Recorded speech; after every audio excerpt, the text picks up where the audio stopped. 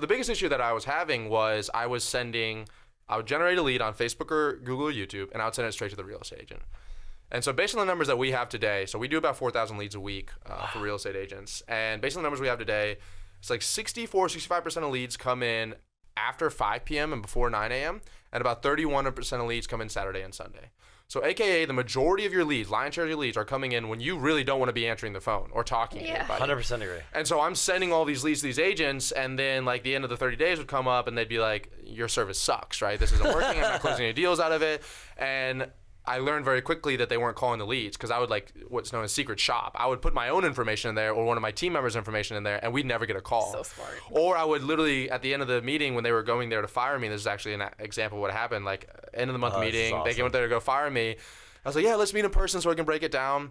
And right before the meeting, I took the lead list that we had and I called 3 people randomly on there, and I recorded myself on my computer on QuickTime. I was like, hey, this is Ravi Abuvala. I'm with so-and-so Realty Group. I'm not trying to sell you anything. I'm just part of the quality control department. I just want to know, did anybody ever reach out to you because I saw you opted into this thing a little ago?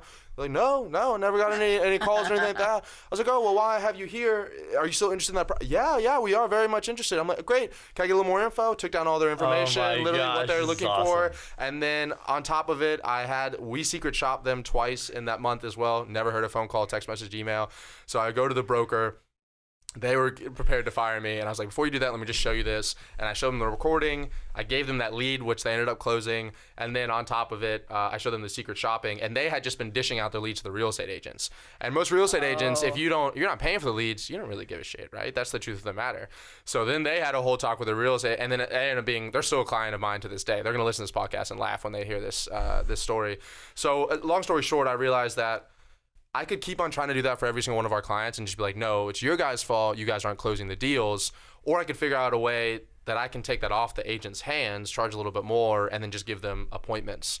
So I built what's known as an inter-service agent team, an ISA team. And if you're listening to this and you're a real estate agent or a real estate investor or loan officer, whatever it is, you 100% need to have an ISA team. There's zero reason why, especially because you can get them today for some of them are just like $5 a lead to call the lead.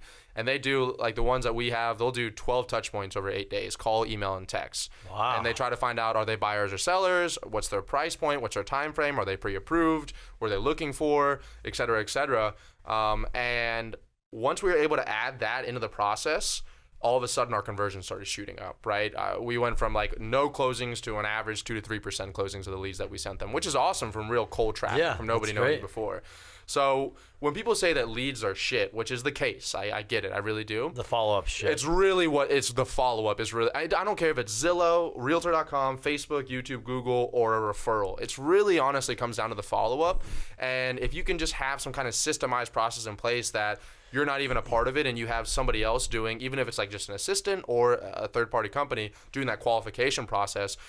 I have not seen a real estate agent that started using our inter-service agent team that's not just like, this is the best decision. Even if they don't use leads from us, they just use an ISA team, even not our ISA team, every single one of them is like, this is probably the best thing I ever did for my business. If you want my help installing any of these systems in your business done for you, be sure to book a call with my team down below.